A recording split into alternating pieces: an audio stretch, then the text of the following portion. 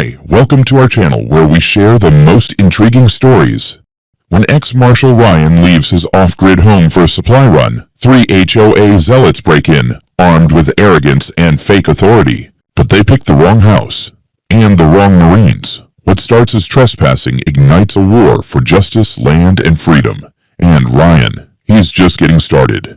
The morning started like most of my Saturdays, coffee in a to-go thermos, checklist on the dash, and the quiet rumble of my truck winding down Highway 17. I had a supply run planned, some parts for the generator, more 308 rounds for the fall season, and a damn good excuse to escape cell signal for a few hours. My friends, Miles, Travis, and Kowalski, were holding down the fort back home, which meant my property was in the best hands possible, short of hiring Cerberus himself. These 3 weren't your average house guests. All former Marines, all with tours longer than most marriages, and all fiercely loyal. We served together in Iraq, and since then, they'd become the kind of men you call when things get weird, wild, or flat out wrong. I'd invited them out for a long weekend, beers, barbecue, and maybe some time at the range. We were overdue for it. Around 10 past 10, somewhere between the ammo depot and an overpriced hardware store that reeked of cedar-scented marketing, my phone vibrated. That wasn't unusual. What was unusual was what it said.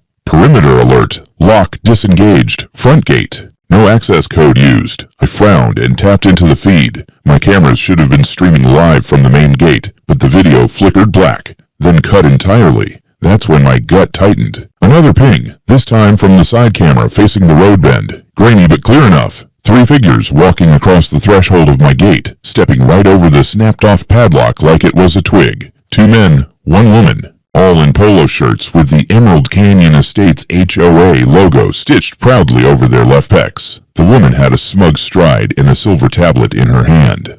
I knew that face. Karen Lewis, self-appointed president of the HOA from across the boundary line. Her voice carried loud and clear through the mic. He was instructed to vacate the property today. We've received complaints and have authority to perform a wellness inspection. Give us 4 hours. Take photos of everything. Document deviations. I nearly choked on my coffee. I wasn't a member of their HOA. Never had been. My land was grandfathered out, legally, permanently, and with more documentation than the Pentagon. They knew it. Hell, I'd personally handed them copies 2 years ago when they tried to fine me for painting my own mailbox. And now here they were, cutting locks and stomping onto 9 acres of clearly posted private land, without a warrant, without a deputy, and without a brain between the 3 of them. I immediately opened the secure channel to the house, a private frequency on encrypted radios I'd set up for situations just like this. Miles picked up. "Yo, we've got company," he said before I could even speak.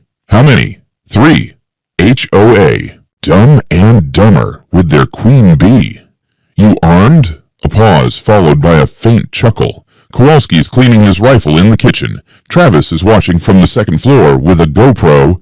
"We got it covered. Don't engage unless they come inside," I said. "I'm heading back now. Call the sheriff. Get it on record." "Copy that. You want me to make coffee?" I didn't respond. My jaw was clenched hard enough to crack teeth. I yanked the wheel and gunned the truck onto the gravel shoulder, flipped around, and tore back toward the house, tires chewing up the dirt like I was chasing down a fugitive. My hands were steady, but my thoughts were boiling over. This wasn't just trespassing. This was organized, premeditated, and bold. They'd chosen the one day I was out. They knew my property was defensible, off-grid, and under surveillance. And yet, they walked in like they were flipping through a Home Depot catalog, acting like they had jurisdiction over something they had no legal right to touch. Cutting my lock was bad, walking onto my land was worse, but opening my door, that was a line they really didn't want to cross. By the time Karen and her 2 meathead sidekicks reached the house, Travis had already locked the front door and posted up in the upstairs hall with a pair of binoculars and his phone camera rolling. Kowalski, never one to miss the action, had set aside his rifle cleaning kit and was standing just inside the rear entrance, cradling a semi-auto in a relaxed but unmistakably ready position, not pointed at the door but not exactly hidden either.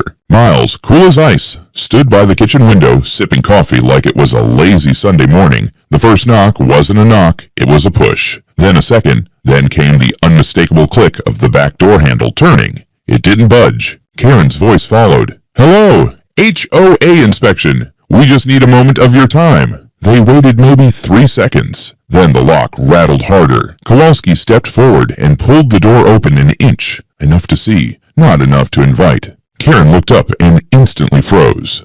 The smile she'd rehearsed in front of her bathroom mirror probably 100 times vanished like a light bulb popping.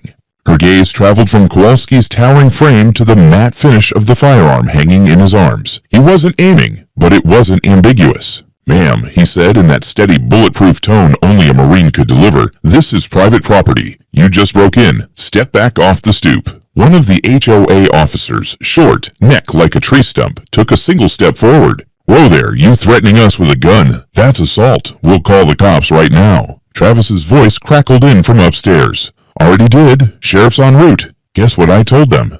3 intruders, illegal entry, property damage, and attempted home invasion." Karen blinked rapidly, trying to regroup. "This is a scheduled compliance audit. We received complaints. We have full authority. Section 9.4 of HOA Code allows for emergency inspections." "Which doesn't apply here," Miles cut in, walking casually into view. "This isn't HOA property. This house isn't under your jurisdiction. You're trespassing. Want to see the boundary markers? We've got 5. Karen shook her head, trying to cut through the wall of facts with her favorite weapon, denial. "We were told, clearly told, that this lot was within the extended HOA overlay. We have authority to perform a visual compliance check if there are suspected code violations." Travis laughed from above. "Lady, you're not with the FBI. You're with a homeowners committee. You think you get to raid someone's house over a cracked fence post." The second HOA guy, taller and twitchier than the first, suddenly lunged forward and shoved Kowalski's arm, shouting, "Get that gun down! You can't have that!" "Bad move." In less than a breath, Kowalski spun him with a grip on the wrist and slammed him chest first into the deck. The guy went down hard, grunting as his breath escaped him. In a single smooth motion, Kowalski zip-tied his wrists with a plastic restraint from his belt. Karen screamed, "You can't do that! You can't restrain people!" "That's illegal." Miles stepped into her path, coffee in one hand, badge in the other, his federal contractor ID. "You entered illegally. You bypassed a secured gate, broke private property, and attempted to enter a home uninvited. We have it all on tape, and your friend just made physical contact inside a restricted area. We are well within our rights to perform a citizen's arrest until law enforcement arrives." Karen backed up, trembling now, looking between the bodies on the porch and the lens of Travis's phone, still recording from the second floor. "You're going to regret this. You don't know who you're messing with." "No," Miles said, voice low and flat. "That's what you said to the wrong damn house."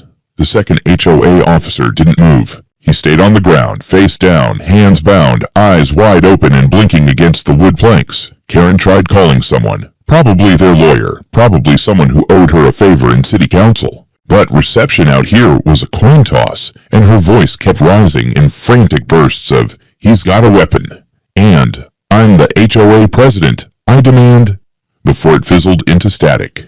10 minutes passed like a loaded spring.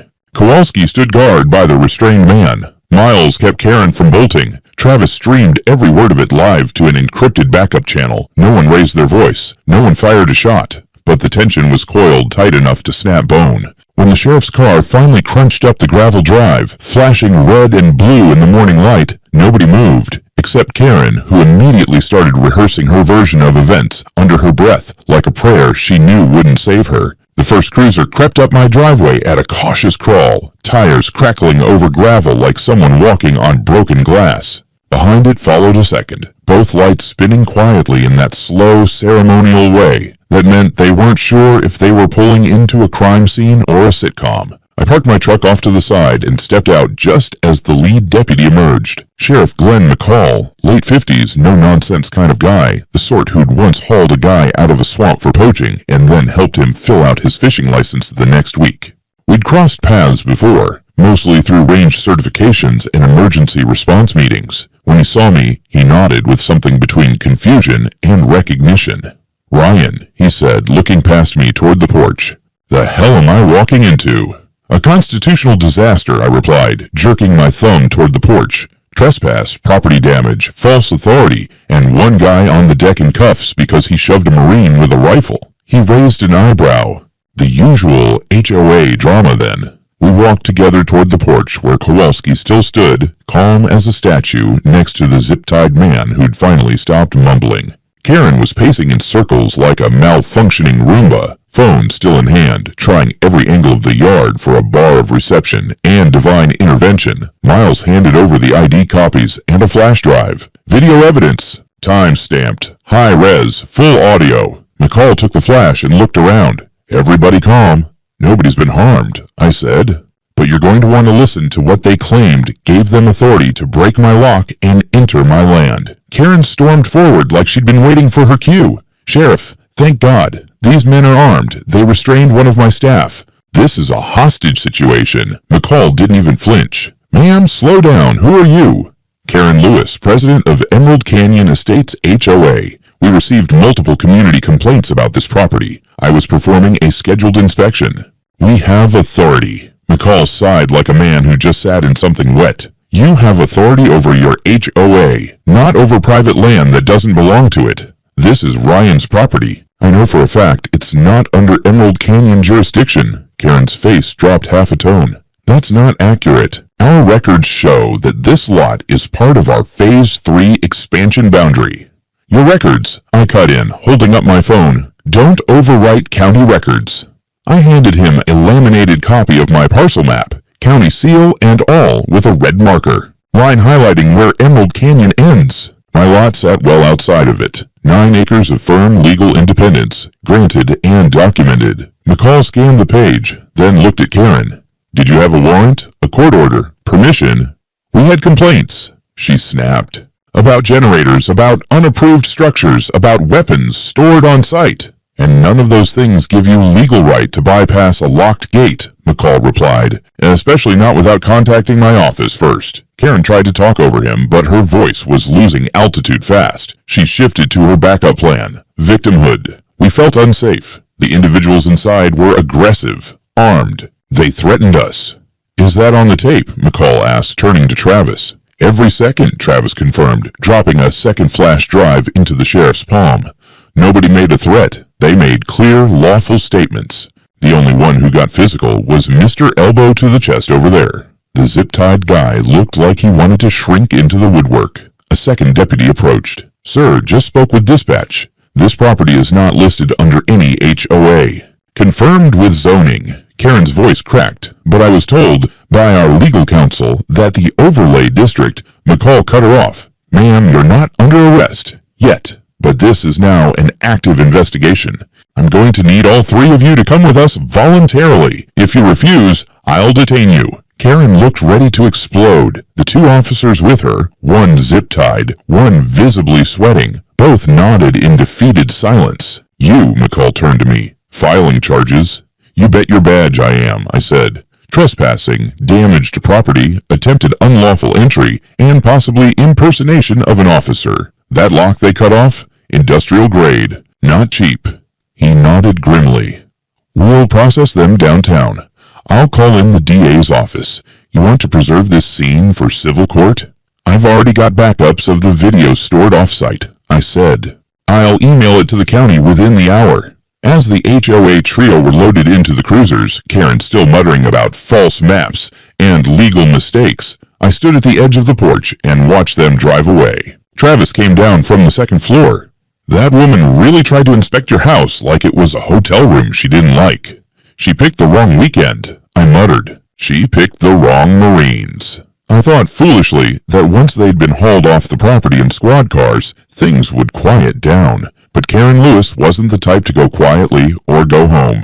Less than 48 hours later, a certified letter showed up in my mailbox, delivered by hand, no less, by some poor mail carrier who looked like he'd seen better neighborhoods. It was a formal summons to appear before the Emerald Canyon Estates Compliance Committee regarding alleged violations of community code, including improper storage of hazardous materials, unauthorized perimeter fortifications, and military-grade surveillance equipment used in violation of HOA privacy expectations. It would have been funny if it weren't soaked in real legal language. Stamped. Signed. With an attached packet full of low-resolution photos of my property, my house, my generator, the greenhouse, and even the roof-mounted drone pad I hadn't used in 2 years. all taken from outside the boundary fence, and all with red circles and captions like possible violation, unlicensed tower structure. The last photo was a blurry night shot of what looked like my chimney and was ominously labeled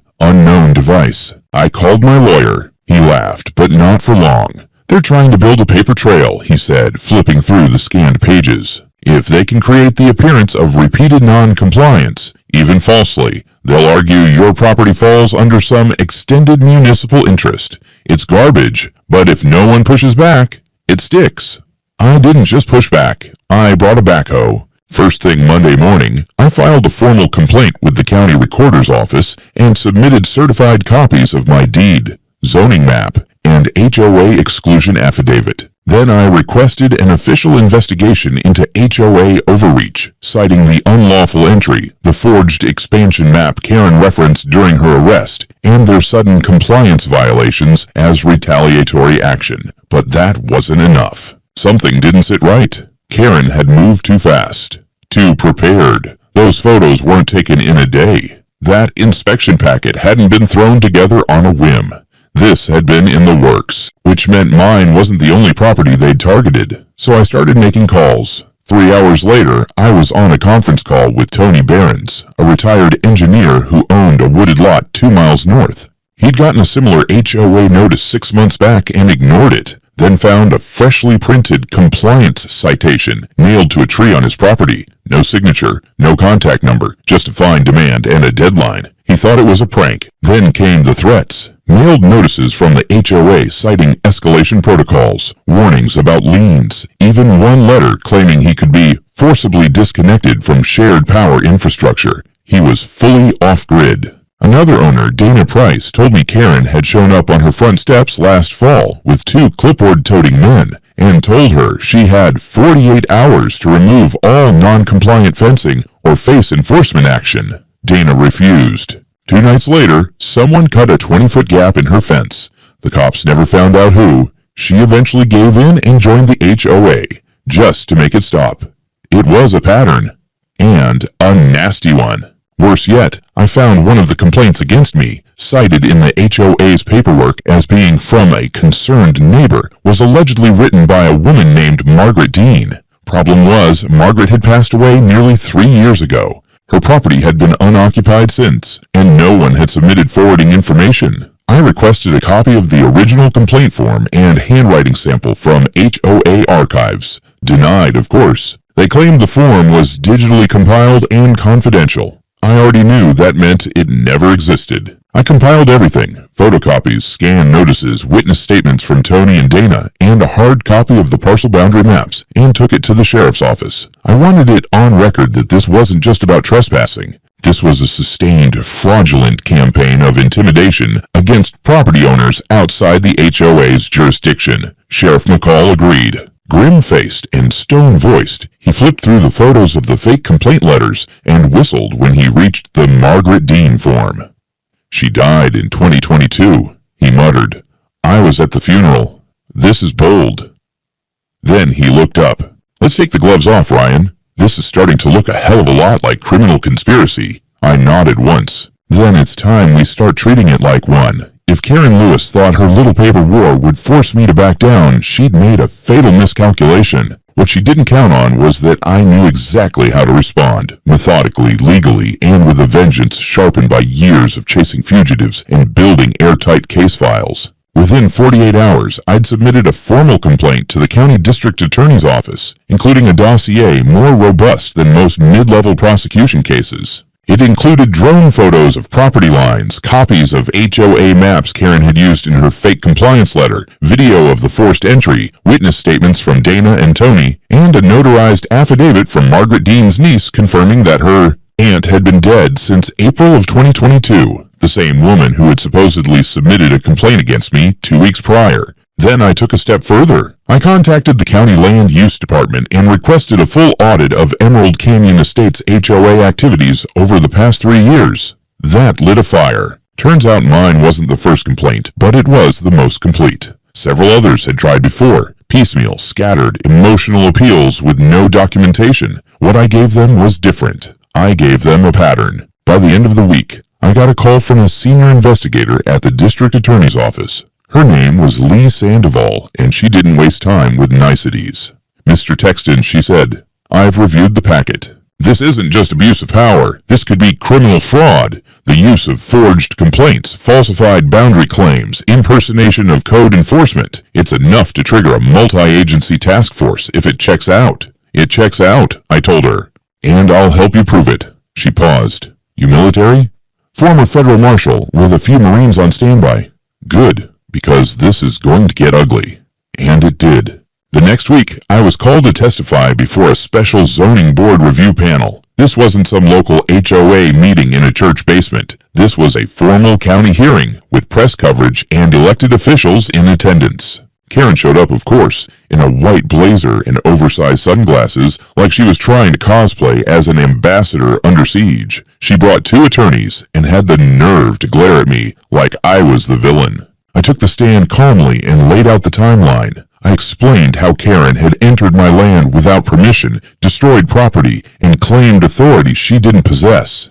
I played the audio of her ordering her flunkies to take pictures and conduct inspections. Then I handed over documents proving I wasn't in the HOA. Never had been, never would be. I showed them how her so-called complaints were fabricated, even forged in the name of the dead. Karen's lawyers objected, claimed hearsay, claimed misinterpretation, claimed their client was acting on good faith advice from counsel. The room wasn't buying it. Then came the best part. Halfway through the hearing, a whistleblower stepped forward. Marcus Dell, a former junior HOA board member who'd resigned 6 months ago for personal reasons. Turns out those reasons involved watching Karen cook up enforcement campaigns against non-HOA properties and use HOA funds to pay for lock cutters, private surveillance drones, and even a retainer agreement with a small private security firm that had since gone mysteriously bankrupt. Marcus brought emails, meeting notes, voice recordings. One clip had Karen saying, "If we pressure them just hard enough, show up unannounced, snap photos, imply violations, they'll cave and sign.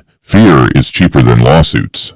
The room fell silent. I didn't smile. I didn't need to. The damage was done. The board chair thanked me and Marcus for our testimony. Then she turned to Karen and her attorneys and informed them that the county was officially launching a joint investigation, fraud, unauthorized use of public resources, possible harassment and coercion, and potential civil rights violations. Karen didn't speak. She stood, turned, and walked out like a dying star imploding under its own delusion. No more outrage. No more performance. Just that look in her eyes, the kind people wear when they realize they aren't invincible anymore. But I wasn't done. As soon as I stepped outside, reporters swarmed. A few shouted questions.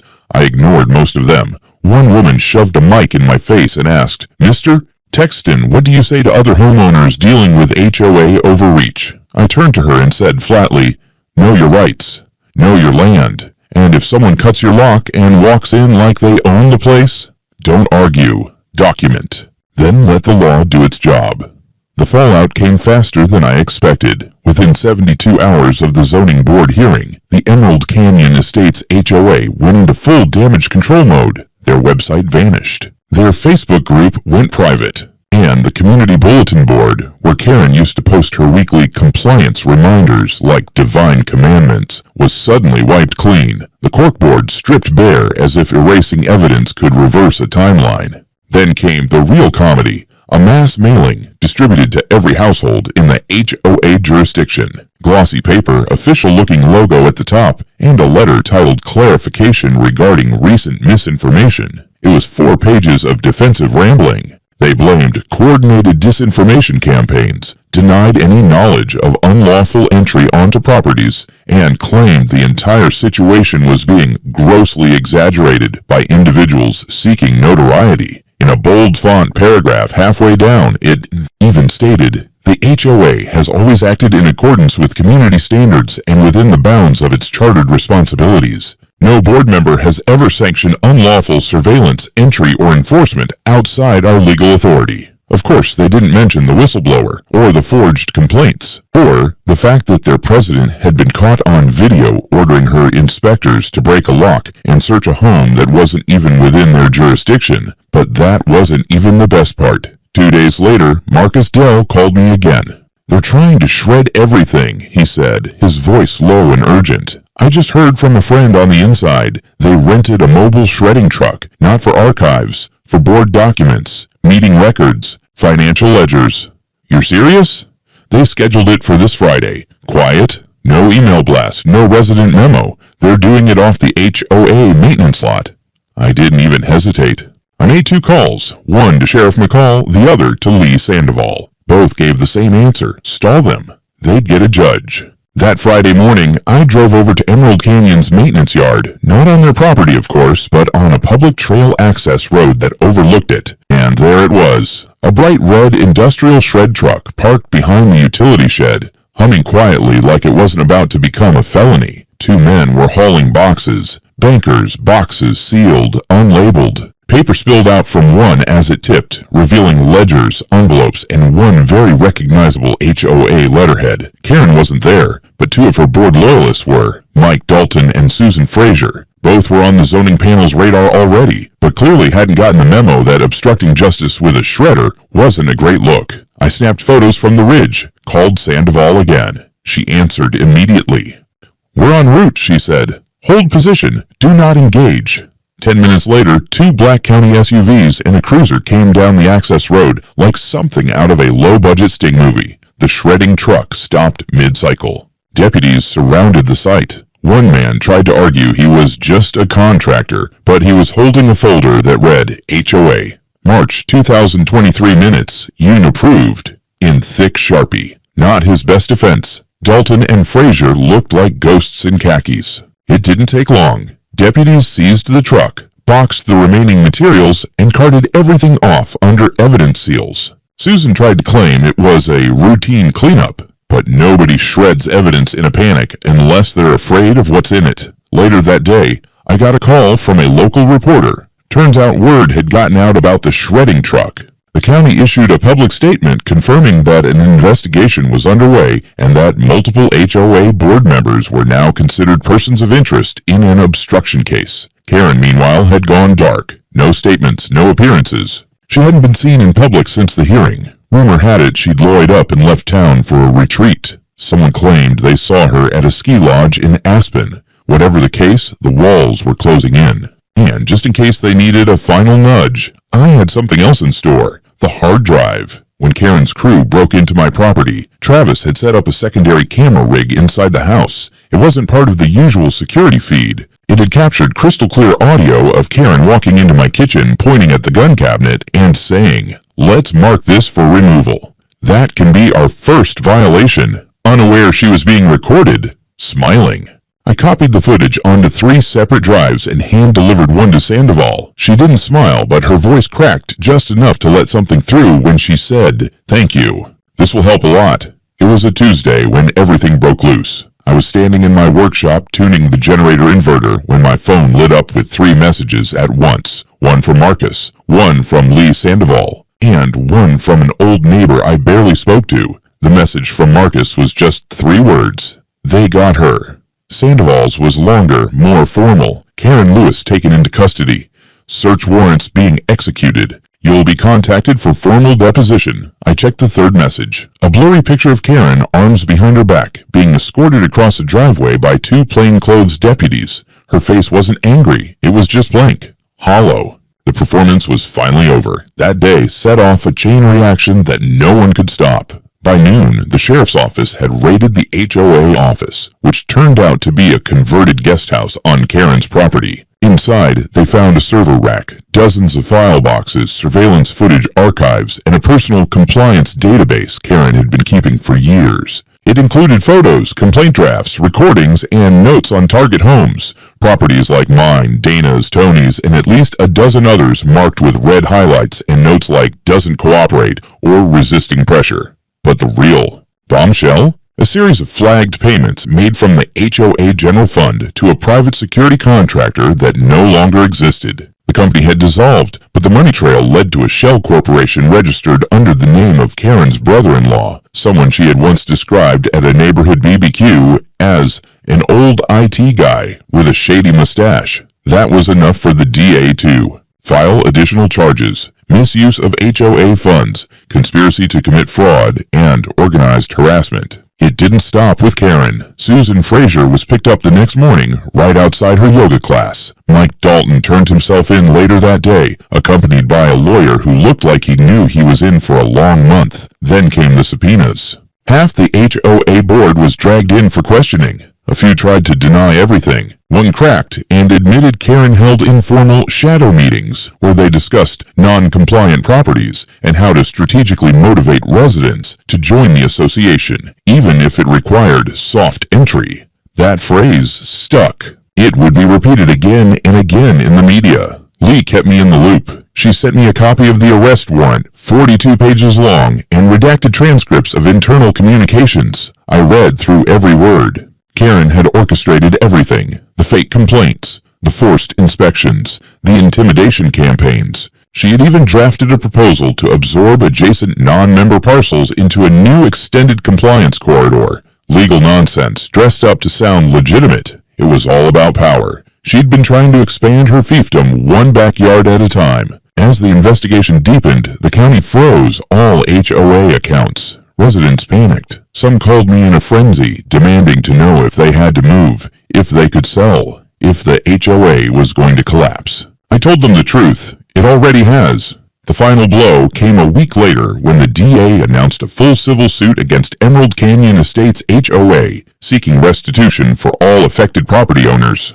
Damages were projected in the 7-figure range. They offered me a formal role as lead complainant, given my documentation and involvement. I accepted. My lawyer filed our independent civil claim the next day. Malicious trespass, property damage, violation of Fourth Amendment protections, harassment, defamation, and attempted fraudulent jurisdictional overreach. The claim was strong enough that several of the board's insurers refused coverage, citing willful misconduct. That meant every board member would now be personally liable. Karen remained silent throughout her arraignment. No interviews, no quotes. Just the click of cuffs and the shuffle of designer heels on courthouse floors. They say power corrupts, but in Karen's case, it wasn't power that did her in. It was the illusion of it, and the moment she thought she could enforce fantasy-like law. And I still had one final move to make. A month after Karen's arrest, I stood in my driveway watching the installation crew bolt a new titanium lock onto my gate. Laser cut, weatherproof, tamper-resistant, rated to withstand more brute force than most police battering rams. It gleamed like a monument. I had it custom engraved. Private property, Marines inside, try again. No one had tried again. Not since the arrest. Not since the hearings. Not since the HOA's office was liquidated, its assets frozen, and the organization officially declared dissolved pending litigation. The neighborhood changed fast after that. With Karen gone, the Emerald Canyon Estates HOA didn't just fall apart, it imploded. Members started arguing among themselves. Lawsuits flew back and forth over dues, landscaping contracts, even petty things like mailbox paint colors. Without their self-appointed queen, the structure collapsed under its own fake authority. People who had once parroted Karen's orders suddenly claimed they never agreed with her methods. A few even sent me letters of apology, some handwritten, most sheepish. Dana and Tony, they've become local legends. Dana started a blog called Free Range Neighborhood, where she documents HOA horror stories from across the country. Tony is considering a run for city council. Travis, Miles, and Kowalski returned for another weekend, not to guard my home this time, but to grill steaks, drink bourbon, and laugh about the look on Karen's face when she realized the game was up. We watched the sunset from the bunker rooftop, rifles leaning unused nearby, and for the first time in months, I felt like the land was truly mine again. Lee Sandoval kept her promise. With the evidence from the hard drive and Marcus's whistleblowing, she secured convictions. Karen Lewis got 12 years, 8 without parole. Susan and Mike took plea deals, 6 years and 4, respectively.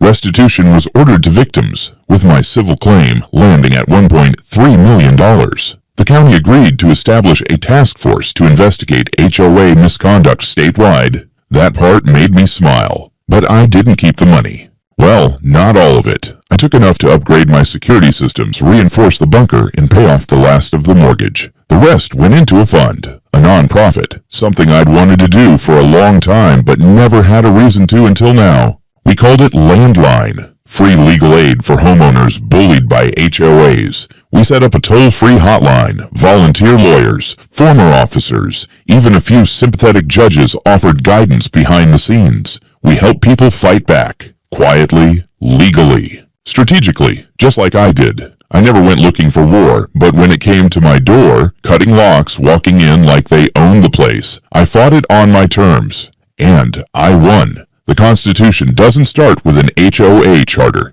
It starts with we the people. And this people, he's just getting started.